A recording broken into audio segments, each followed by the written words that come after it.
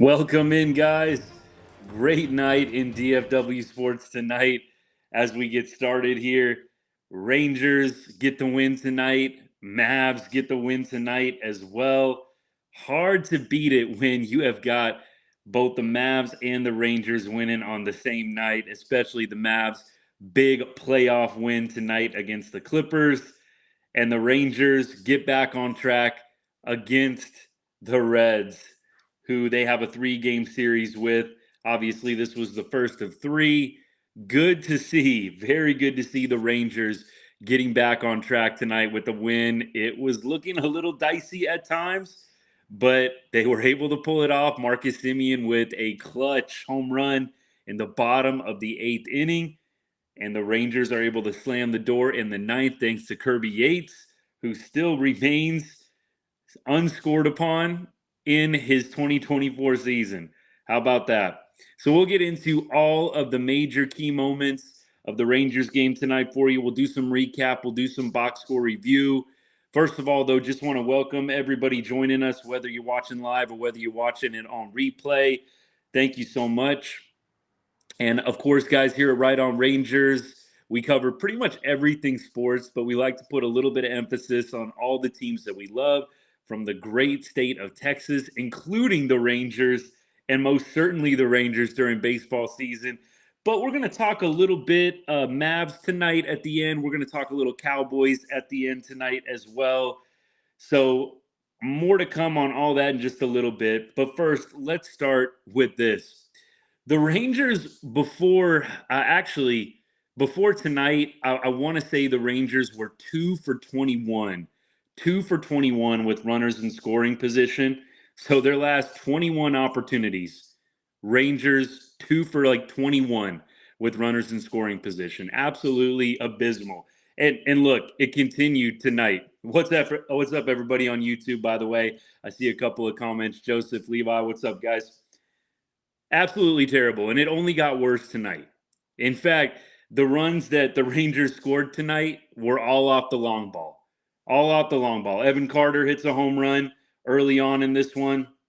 And then, of course, Marcus Semien with the huge blast in the bottom of the 8th inning, clutch home run that ultimately ended up being the difference in the ball game. So, look, the Rangers didn't score any runners in scoring position tonight, and that is a little bit of a problem moving forward. It's something concerning, and who knows what it is at this point. I think a large majority of it has to do with the fact that some of these Rangers hitters are just not quite right yet, still getting into their stride. We've talked about Seager, and we've talked about the slump that he's been in. I believe Seager with his hit tonight, and of course, it wasn't like it was like a laser into the gap or anything, but it goes down as a hit. Siegs was like 0 for 18. 0 for 18 before that hit tonight. So that tells you what kind of slump Corey Seager's in right now. Now, obviously, that's not going to last forever. Corey Seager didn't have a spring training. It kind of makes sense. But Siegs having that hit tonight, maybe it ends up getting him going. Maybe it doesn't. But it was really the epitome of the struggles Siegs and other Rangers hitters have been having with runners in scoring position in the bottom of the 3rd inning. So let's go there. Bottom of the 3rd. Leote leads off with a double. And Leote had 2 hits tonight. Did a great job at the bottom of the order. Leote leads off the bottom of the 3rd with a double. And you've got your 2 arguably best hitters coming up to bat, Marcus Semien and Corey Seager. And Semien lines out, right? Pretty hard hit ball. And then Seager strikes out, right, with the runner on second, 1 out. You have to be able to advance and score runners from second base with no outs. And the fact that the Rangers couldn't even move Leote over to 3rd in that situation, I think tells you a little bit of the problems that they're having right now. Now, they obviously got great pitching from Nate Eovaldi tonight. Outstanding pitching from Nate Eovaldi. And I think that one thing with Evo I'm a little bit concerned about, if I can be a little bit nitpicky, is the walks. I think Evo is now back-to-back 5 walks in an outing. Last time he was out, gave up 5 walks. This time he was out, also gave up 5 walks. So I'm a little bit concerned with Evo and with the walks right now. too many base runners, you're going to get burned eventually. You play with fire long enough, and the other team is going to score on you. Now, Evo, I will say, does appear to be a bit of a master at getting out of jams with runners on the bases. And it's weird to say, but there are some guys that just seem to lock in more with runners on base. I do think Evo kind of falls in that department a little bit, does appear to lock in when he gets runners on first, runners on second. Now, look, it's not ideal. You don't want that. As a pitcher, as a team, I guarantee you, Bochy, Maddox, they're not pleased with the 5 walks, and Evo isn't either. But to his credit, Evo is able to work around those 5 walks, only gave up 3 hits tonight. So overall, the whip for him, basically the base runners that he allowed, 8 base runners in 6 innings, that's not terrible. I mean, you ideally want to keep that as close to 1 as possible, but 8 base runners, 6 innings, not bad. 8 strikeouts. So Evo did have some of his off-speed working tonight. The splitter, as usual, was working tonight. Evo absolutely was bringing it when it mattered, and when he needed to get the outs, he was getting them. But I'd like to see him walk a little bit less than 5 guys an outing, if possible. Eventually, you're going to get burned on that. But can we just talk about this bullpen? This bullpen has gone, I believe, 4 now straight games without allowing an earned run. Tonight, Latz, Leclerc, and Yates combined for 3 innings pitched, 0 hits, and 4 strikeouts to close out the ball game. Kirby Yates continues his scoreless streak. Kirby Yates has not been scored upon this season. 0 ERA, 2 strikeouts tonight for him, and a total clean inning, which you just love from your closer. A clean inning, no base runners, 1, 2, 3, nighty-night. That's how to do it. And even Leclerc tonight, the guy that we joke about all the time, Leclerc just completely allergic to the clean inning, right? That is Jose Leclerc. You got to walk somebody. You got to give up a hit. It's just a custom when Leclerc pitches. But tonight, 1 inning and no base runners and 2 Ks. Gotta love that. Gotta love that from Leclerc, 100%. So tonight, Rangers bullpen, 3 innings pitched, 0 runs allowed. Great win for them. Look, does it look like a thrilling game in the box score? Absolutely not. I mean, this was a boring game by all accounts. The Rangers did have 8 hits in this one. So, look, they really didn't make a lot of noise, though, beyond that. Had some singles here and there. Taveras, Carter, and Semien were the only extra base hits. So 5 singles, 3 extra base hits tonight for the Rangers.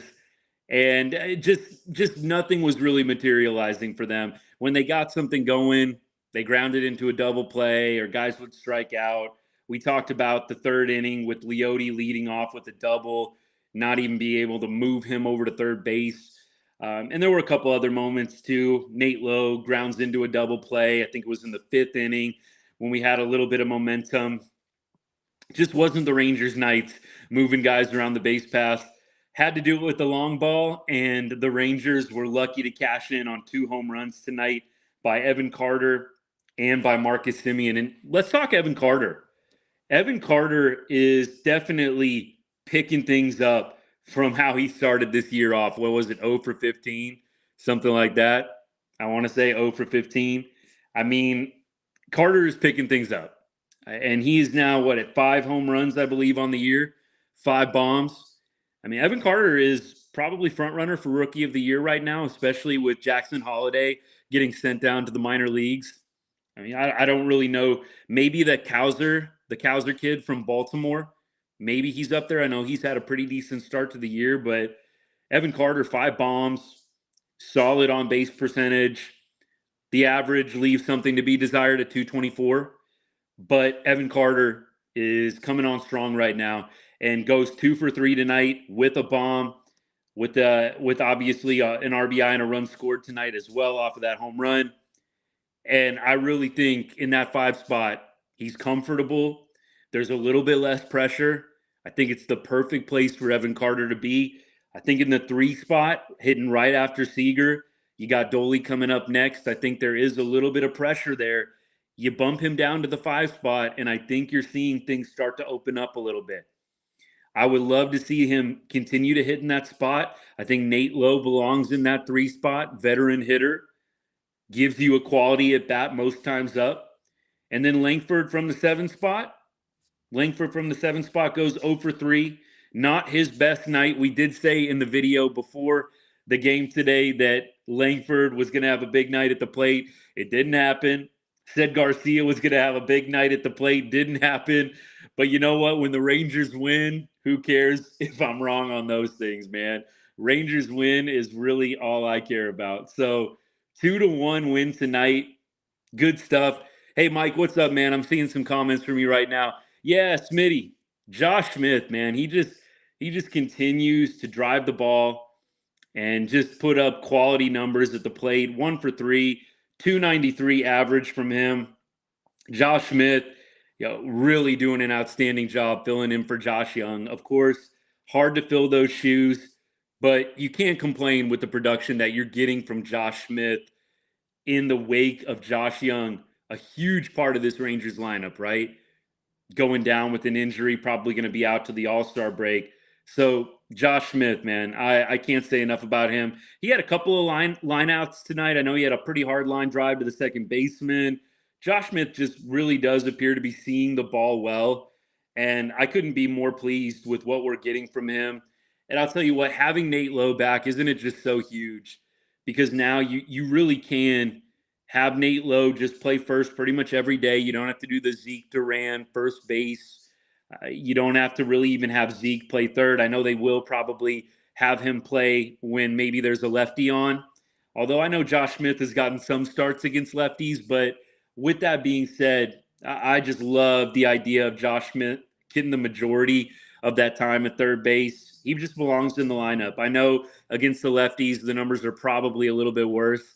But that being said, I will take Josh Smith just giving me quality at bats every time, seeing the ball well, driving it. That's what Josh Smith is doing right now. So absolutely, would be remiss if I didn't mention him. He is having a great season for this Rangers ball club and is a big reason why the Rangers are staying afloat, having success, dealing with these injuries. And I really feel confident if the Rangers can weather this storm here in April and into May, playing some really good teams, right? Playing the Reds. The Nationals, they are a little bit of an up-and-coming team. I know the Nationals have kind of been bottom dwellers, but the Rangers will see the Nationals on Tuesday. I don't think the Nats are the old Nats that just are absolutely terrible. I think the Nats actually have a pretty good team this year, just a scrappy team. One of those teams that, you probably should win, but they're going to give you a good game. So I think the Rangers really haven't had any kind of like off series in recent weeks. The last 2-3 weeks have all been playing against really high quality competition. I know the Astros are doing pretty terrible right now, but I think we all know the Astros have a talented squad. For whatever reason, they're not putting it together right now, but we'll talk more about them in a little bit. Let's go back to the game real quick. Almost done wrapping up the box score. Like we said, there's not really much to go through tonight. Low scoring affair. Rangers really couldn't get anything going with runners on the base pass. Had to do it with the home run ball tonight. Bottom of the 7th was the Josh Smith double. So there we go again. We got a 1-out double, and we can't get anything done with it. Langford strikes out. Heim flies out. You can't even advance the runner over. The Rangers are just having trouble right now, even doing the situational hitting. You've got a runner on second base with less than 2 outs. Just move them over. Simplify the at-bat a little bit. The Rangers are having problems even moving runners over right now. So I'm a little bit concerned about that. Now, this Rangers lineup is notorious for waking up at any given moment. They put up a 10, 11 spot. Nobody's shocked. But it is concerning to see them not being able to take advantage of some of these opportunities where they really could have created some distance in this game, made it a little less stressful. But you know what? We'll take a win. We'll take the way that the bullpen pitched tonight. We'll take how Evo was able to grind out another start, working through 5 walks. You'll take these wins. The Reds are not a pushover. I mean, the Reds, I think, are like top 6, 7 in the National League. So they're at the top half of that National League. Obviously, the Brewers and the Cubs have a little bit of a better record than them, but the Reds are playing winning baseball right now. They're 14-12. This would be a big series for the Rangers to take at least 2 out of 3, maybe even sweep. And I do think that the stars are aligning with our pitching matchups to set up for a potential sweep. I could see the Rangers taking all 3 of these. You got Lorenzen going tomorrow. He's been pitching well. Believe Cincinnati is a former team of his. So maybe there's a little extra added motivation there. So I feel good with Lorenzen throwing. He's pitched well for the Rangers in his 2 starts thus far. And then Dunning goes on Sunday. I think Dunning last time out, yes, he gave up the 2 bombs to the Mariners, 4-0 loss. But the Rangers bats clearly didn't help him out at all. And yeah, Mike, thanks for that. Don't have to face Lodolo. So I really do think the stars are kind of aligning in this series. Now, does that mean the Rangers are going to do it? No, of course not. It's baseball. Anything can happen. But do we have a pretty solid shot? Like, are the Rangers going to be favored in most of these games tomorrow and Sunday? Yes. I would not imagine we're going to see any kind of underdog bet for the Rangers on Saturday or on Sunday, but you know what? Maybe I'll be surprised to see, but I would not be at all shocked to see us as pretty heavy favorites. I think both tomorrow and on Sunday. We were minus 170 today, so bet 17, win $10. I mean, that obviously is a pretty heavy favorite in my book. And Ashcraft, 3-1 record, 5.40 ERA. He pitched pretty well. I think we made him look pretty good tonight. I mean, I don't know. I think Ashcraft is a good pitcher. Do I think he's an ace or like super overpowering? No. I think that the Rangers could have probably hit him around a little bit better. But Baska went a little cold tonight, and we're lucky to get bailed out by 2 of our best hitters in Evan Carter and Marcus Semien. We'll take it. You got to win games like this sometimes. Yes, we can sit here and talk all day about the concerns and about the runners in scoring position and the terrible average. We could talk about the Seager slump, 1 for his last, 20 or something like that. We can talk about all those things, but the bottom line is in a 162-game season, you are going to have games like this. And the question is, can you just get a win? And the Rangers did that tonight, and the bullpen just continues to sparkle. Another scoreless game from the bullpen. That to me is the biggest thing I would say in this Rangers stretch of games, really with the Mariners and then into this series. Bullpen giving up 0 runs, I think the past 3 or 4 games. That's incredible. Not something we're used to or accustomed to as Rangers fans, seeing the bullpen just throw up zeros like that. Latz, Leclerc, Yates, all combined for 3 scoreless innings. You just love to see it. Love to see it. So let's go ahead and let's take a look at both the matchup for tomorrow, and then let's talk a little bit about how things are shaping up around the AL West, particularly tonight. So tomorrow we talked about Mike Lorenzen going up against Hunter Greene. Hunter Greene has a live arm. I mean, that dude throws 99, 100 on his fastball, and he definitely has ace-type stuff. I absolutely feel that way. The numbers aren't looking good for him this year, but Hunter Greene could be an ace. He hasn't put it all together yet, but he has good stuff. The Rangers are going to have a little bit of a challenge with Hunter Greene. Now, let me see if there's any numbers. Doesn't look like anybody on the Rangers except Kisner, I think from his time with the Cardinals, has hit Hunter Greene, and I don't think Kiz is getting the start tomorrow. Jonah Heim, I'm sure, will be catching. Maybe Jonah Heim gets an off day on Sunday, but I don't think we're going to see Kisner tomorrow in the lineup. So nobody on the Rangers has faced Hunter Greene. That is definitely a 50-50 proposition in my mind. This could either go really well for us or really bad when you've never faced a pitcher before. We'll see which one it is tomorrow. By the way, tomorrow, 1:05 start for me, so 3:05 Texas time start. So we'll have to see what unfolds as the Rangers match up against Hunter Greene. Lorenzen, it doesn't look like, has been faced by hardly any of the Reds hitters either. So both of these pitchers have not really faced off against the opposition's batters in their career. It looks like Candelario has 2 at bats, 0 for, and Espinal is 0 for 3. So, hey, there you go. Reds are a combined 0 for 5 lifetime against Mike Lorenzen. But obviously, Mike Lorenzen played for the Reds, so that probably has a little bit to do with it. So, hard for me. It's going to be hard for me to make a prediction in this game. Off the cuff, I want to say runs are going to be scored. I think I'm leaning towards that. None of these batters have really faced the pitchers. I know sometimes that can lead to a low scoring game, but I'm just thinking runs are going to be scored in this one. That's just me. Lorenzen has pitched really, really well. Not saying he's going to absolutely go downhill tomorrow, but it's just not going to shock me if some runs are scored in this game, especially after a low scoring game tonight. I think I'm leaning that way with my prediction.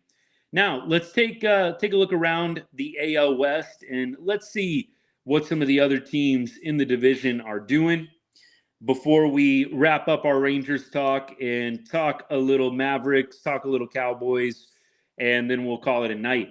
So as we go around, looks like the Twins are currently leading the Angels 4-1, end of the 6th inning, and the Angels are playing at home right now. So, hey, we'll take that. Angels would drop to 10-16 with a loss, and I believe would be 3.5, 4 games out. Looks like beyond them, Athletics did win in extra innings. So the A's pushed their record to 11-16. They beat the Orioles. Orioles are a good team. Orioles are a very good team. And the A's just continue to scrap out these victories. I'm impressed by them. I dogged the A's pretty hard when we played them at the beginning of the year. Maybe they heard me. I don't know. A's are like winning some games against some pretty quality competition. They played the Yankees, and I think they won a couple of games in New York. Now they go to Baltimore, and they win a tight game. I mean, and of course, Miller comes on with his 7th save, dude that can throw like 104. Maybe the A's, I'm not saying they're going to the playoffs or anything, but I think kind of like I was talking about the Nats, I think the A's might just be that pesky team that everybody kind of expects to do terribly, but they just kind of surprise you here and there.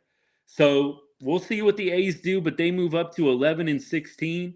And then beyond the A's, moving over to the Mariners, looks like, let me see here. Mariners are beating the D-backs right now 6-1. So I would say high probability Mariners are probably going to be maintaining first place with a win over the Diamondbacks. 6-1 in the bottom of the 7th. The Mariners are at home. So they did a little road trip, now back at home. And then Astros maybe had an off day today. I think the Astros were off today, if I am not mistaken. Kind of a weird off day.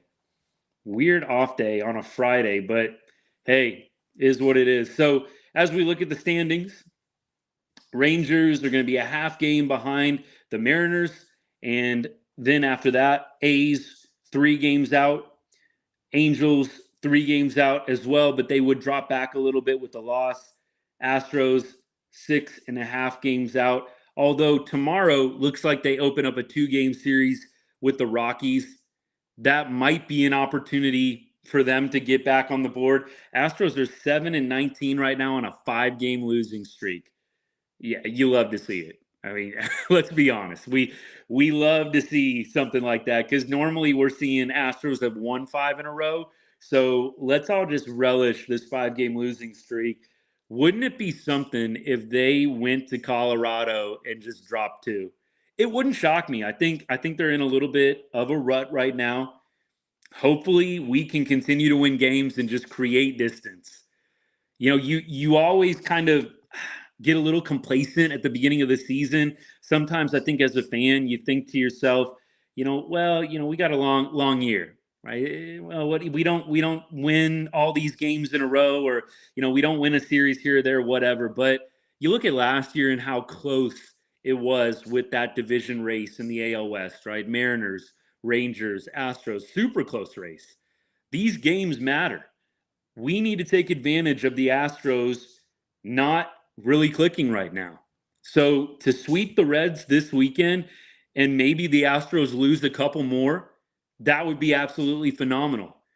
Because I guarantee you the AL West is going to come down to a few games, probably. I mean, I think it's going to be Mariners, probably in us. I don't know if the Astros, depending on how big of a hole they dig for themselves, I don't know if they're going to be in the race at the end, but that sweep would be huge, especially if the Astros continue to lose and you got some of the other teams around the AL West losing as well.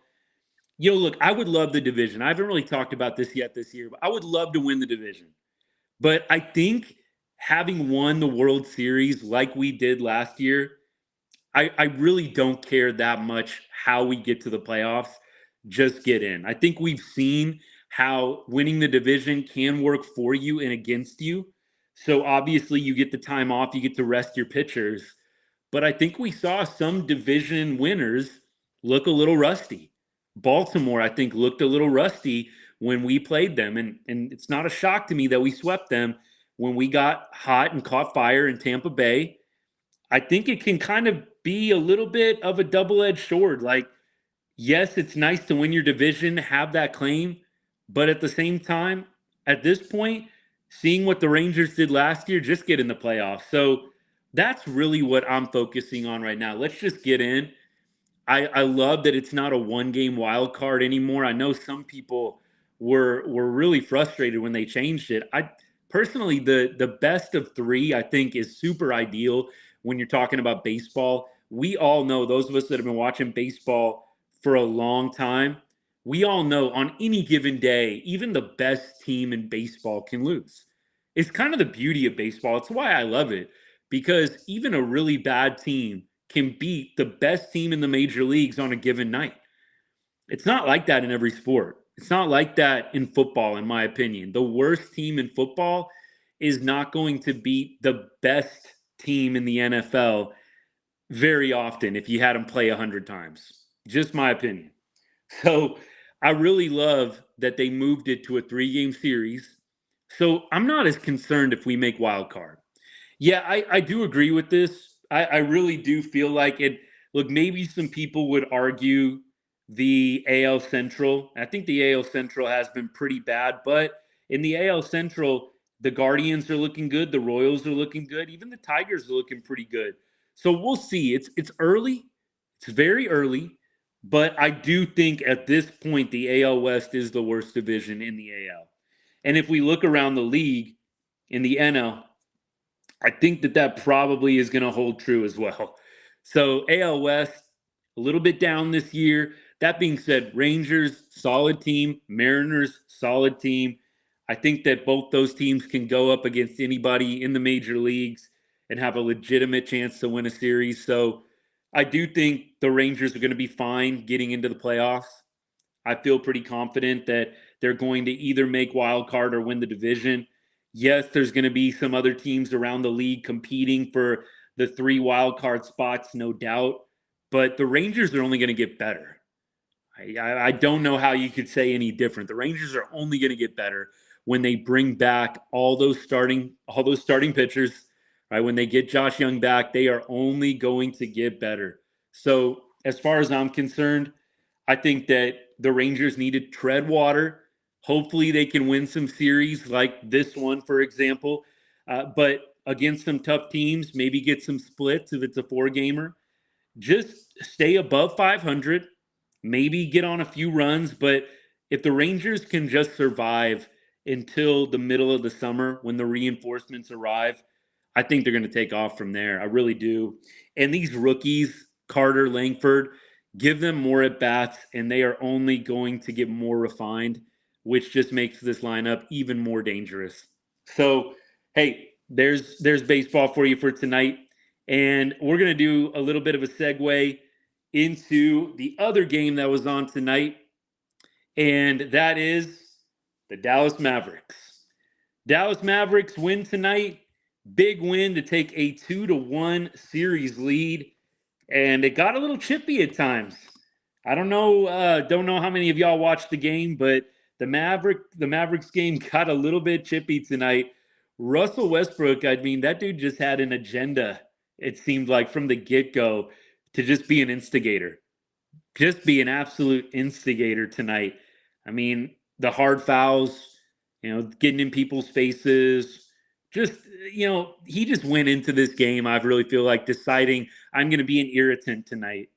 And look, I get that. There are players on your team that you kind of need to be that kind of mentality, that kind of player on a given night to give your team an edge, to give your team some energy. But it was very clear, especially in the second half, that Westbrook not having a good game, don't think he made a shot tonight, was over. Starting to get frustrated, your team's losing, and now you're just being a total goof, like total goon out there. I mean, I'm all for playing hard, but some of the fouls, some of the shoves, I didn't even understand why, they weren't harder on him on that last play right before he was ejected. I mean, the dude was literally shoving the referee, slapping his arm, slapping his hand away. They should have been a lot more harsh on him. I mean, I feel kind of bad for Washington getting the ejection. I mean, for the little shove in the back, but, you get involved in those things and you really never know what the refs are going to do. But Russell Westbrook, that whole scene's probably going to kind of be the story of the game. Mavs defense was on point tonight.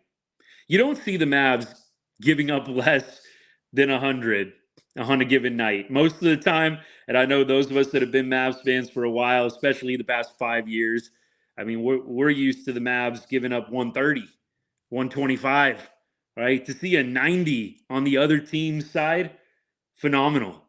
I mean, and I think that you got to give J Kidd some credit for that. I've been a little hard on J Kidd myself in the past, and there were some times this season where the Mavs were not looking good, but I think J Kidd has got this team working right now, and clearly the Luka Kyrie connection as good as it's ever been, and I think you got to give him credit for that too. So look, we dog J Kidd when it's not going well, and a lot of Mavs fans have, myself included. I got to admit that. But he's got them going right now. He has got them looking really good. And for the first time in a while, I really feel like the Mavericks are getting some recognition. I've heard multiple big sports media personalities thinking the Mavs are going to be in the Western Conference Finals against the Nuggets. I've heard that prediction from multiple big name personalities. I think that's awesome. That would be a great series. I really do think Jokic, Luka, that Denver Nuggets championship squad against the Mavs, I do think that would be a good series. We've got some players I think that can match up with the Nuggets. We got those bigs. We got Lively. We got Washington. We've got some guys I think that can match up with the Nuggets. Am I predicting a series win? No, not yet. I'm going to wait, be a little bit patient on my predictions, but the Nuggets are going to be a tough team to knock out, period. They are just a good basketball team. It's not the most flashy or fun basketball to watch, but you just have to appreciate the greatness from the Nuggets. I mean, what they're doing to the Lakers right now, how they won that game 2. I mean, the Nuggets are going to be a tough out. So I think the Mavs are going to be competitive against a lot of teams. I think the Nuggets are going to be a challenge for them. But I think with the star power the Mavericks have, with the additions of Washington, especially Gafford, I think they've got some guys that can match up with the Nuggets, with the Aaron Gordons, right? And the big guys that they have. I think the Mavs have a shot in that series. We'll see. But I think the stars might be aligning. The Mavs might just be clicking at exactly the right time. This is true for all sports, but it's not always the best team that wins a championship. I really don't think the Texas Rangers last year were the best team. I think that they were the hottest team. They were a really good team. They won the championship. Do I think just on paper, looking at it objectively, they were the best team? No, I don't think the Rangers were, but I think they clicked at exactly the right time, and they just went on a run like no other, literally winning every single game on the road that they did. Same thing could happen for the Mavs. You're just getting hot at exactly the right time. You might not be the best team on paper, but everything's clicking right when it needs to. Yeah, I agree. Mavs got to get through Oklahoma City. OKC is going to be good. I do think that I like the chances that the Mavs have with the vets that they have on that team, with the size that they have. I think OKC is getting a little bit of a fortuitous matchup right now with the Pelicans. That first game was tight, was very tight with the Pelicans, who don't even have Zion right now.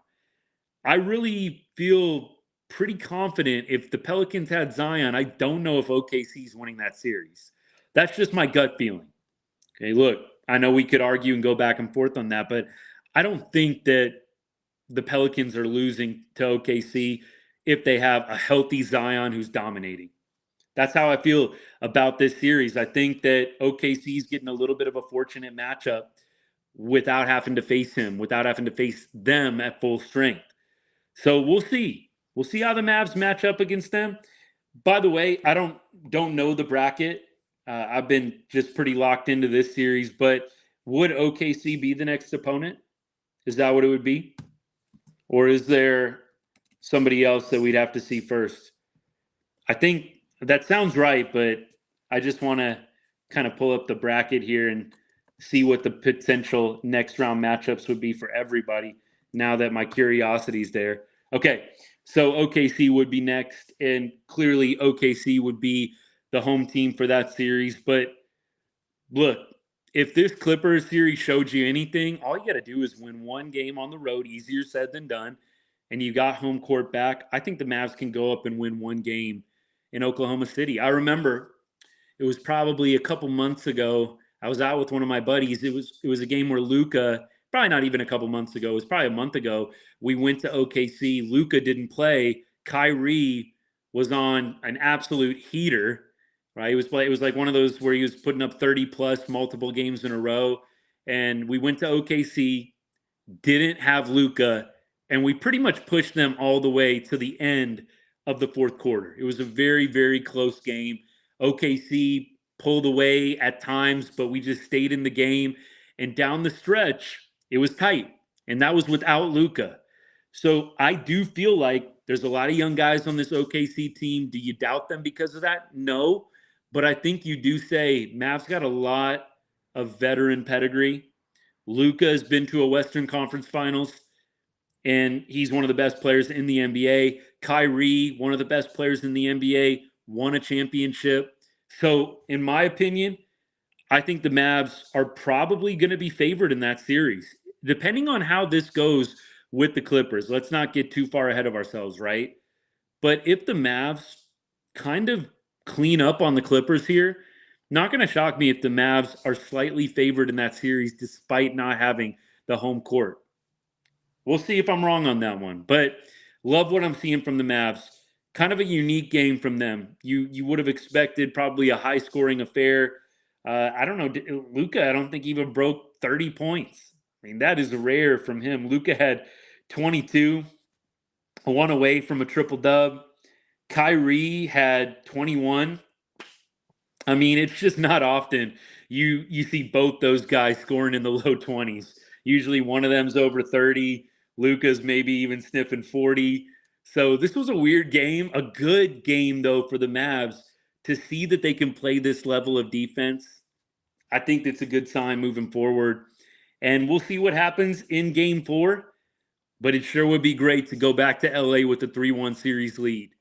Then you know at least for sure that you have got 3 shots at advancing, and one of them is going to be in your building.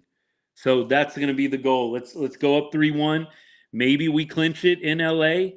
Maybe we got to come back home in game 6 and get it done, but let's go up 3-1. Put a stranglehold on this series. And then let's wrap up with a little bit of Cowboys here. Just a little bit, because let's be honest, this Cowboys draft is a little bit of a dud at this point. Look, I understand the Cowboys needed to get some linemen, but man, 2 linemen in your first 3 picks. You need a running back still. You need a center still. And you probably need a linebacker, honestly. I think. I mean, I know they got Kendricks, but Kendricks is not a 20-something. I really feel like you should have probably drafted a linebacker. Who knows if Overshone is going to be totally healthy, the same guy. I got absolutely blasted when I said, don't franchise tag Pollard. I said, don't do it because Pollard is coming off a major injury. And sometimes guys aren't the same when they come back from those. Yes, modern medicine's amazing, but any major injury, it's a question mark. Guys don't always have the same step, the same speed, agility, all that stuff. I would have liked to have seen, and maybe they're still going to, draft a linebacker. I think that the Mavericks, the Cowboys, though, are not killing it in this draft. And last year's draft was not good either. So for me, I hope that the rest of the draft, they can get some value picks. They can get some guys that are going to fill some spots for them. But you just feel like, again, like the Cowboys are just whiffing on a draft. I know last year I went in on the Cowboys drafting ability, and a lot of people said, Mozzie and, Schoonmaker and all those guys, just give them time. They're going to pop in year 2. We'll see. We'll see. I don't personally feel confident that that's going to happen. I personally don't think Mozzie Smith is going to be turning into an all-pro this year. Neither do I think that about Schoonmaker. I think Schoonmaker, Mozzie Smith could be quality players. I don't think that they're going to be elite players, and I hope that they prove me wrong. But I really, really am disappointed with the past 2 drafts that the Cowboys have had. I know they traded down this year. I wish sometimes, what about trading up? Getting one of the elite linemen that got taken in the first 15 picks. I mean, if you're going to go linemen, let's go elite, right? Let's trade up, not trade down. I would have much rather seen that. Now I know that they had their eyes on Guyton and they just thought to themselves, well, we can get a 3rd round pick out of this. It's going to be great, but you'd like to see a little bit of aggressiveness. But with this being a weird contract year for McCarthy and for Dak, I'm just not surprised to see the can getting kicked down the road and the Cowboys just not doing a whole lot in this offseason. Now, is it purposeful? Is it intentional? I don't know. But I definitely don't feel like we're anywhere close to the all-in that was promised. Right? Those words were used, all in, all in. Yeah. I definitely don't feel like we're all in this year. I feel like this is going to be a tough year for us to win 9 games, 10 games. You look at our schedule, too. It's absolutely brutal. This is a brutal schedule. First place schedule. It's going to be a tough year. And I really, really hope that it goes better than I think it's going to. Hopefully, Dak will have a great contract year. And the Cowboys will play much better than everybody expects. But I can't say that this offseason gives a ton of hope that we're going to win 10 games and win the division and get to the NFC Championship, the elusive NFC Championship. So we'll see.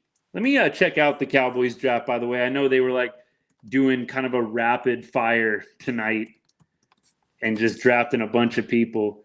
So, yeah, we went Guyton, Nealand, and then the guard from Kansas State. That's right. So we'll see what the round 3 pick 87 holds and beyond. No 4th round pick for the Cowboys, but we do have a 5th, a 6th, and 2 7th. So, you know what? Honestly, past the 5th round, it's pretty rare that you see guys like that pop. It can happen, but it's not common. Not common that guys in the 6th and 7th round, unless their name's Tom Brady, are becoming superstars. So we'll see how these top 3 picks do, but pretty uninspiring for me. I'm a little bit down on the Cowboys right now. I hope to be wrong. I hope they have a much better year than I think they're going to, but I am feeling a little doubtful on that right now. Well, all right, guys. It's been fun hanging out. A lot going on in DFW sports. I think we got Stars and Knights tomorrow. The series shifts to Vegas. Stars are down 2-0. I think I've talked a little bit about my allegiances here. So grew up in Dallas-Fort Worth area. definitely cheered for the Stars, but I've lived out in Vegas for about the past 15 years now. And the expansion team coming out here, it's been hard not to hop on board. And I pretty much made a full conversion, I must say. I know, but the Stars are always going to have a special place in my heart. If they knock the Knights out, I will cheer 1,000,000% for them to win the cup. But I must say, the Knights have taken over as my number one. That being said, this is always a tough series for me, always.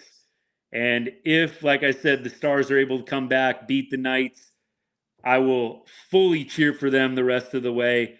I love the Stars, childhood team, so always want the best for them. This is going to be hopefully a good finish. I'd really like to see a tight series. Look, you know what? Sweeps are great, but a little bit of drama, I'm here for it. Even if it involves my team, I'm here for it. So we'll see what happens tomorrow night. But beyond that, Rangers play at 3:05 Texas time. And then we'll finish up the NFL draft as well this weekend. Recap all that stuff with you tomorrow after the game at some point in the evening. But wanted to say to all y'all, thank you so much for watching. Thank you for liking, sharing, subscribing, being a part of what we're doing here at Right On Rangers. Just talking DFW sports with all y'all is the only thing that I had in mind when I started this thing. And so I appreciate all the comments and all you guys interacting with the channel, with the account, with the page. So please know you're appreciated. And want to say too, in the future games for the Rangers, for the Mavericks, we'll probably try and do a couple where we come on during and finish out the games with you. Like to always do that on the weekends. So we'll see if maybe Saturday, Sunday, we can get in and watch a couple of games live with y'all. That's pretty fun. I like that. So hope y'all have a good rest of the night. Hope everybody has a good rest of the weekend if I don't see you. And as we always say here, God bless. Go Rangers.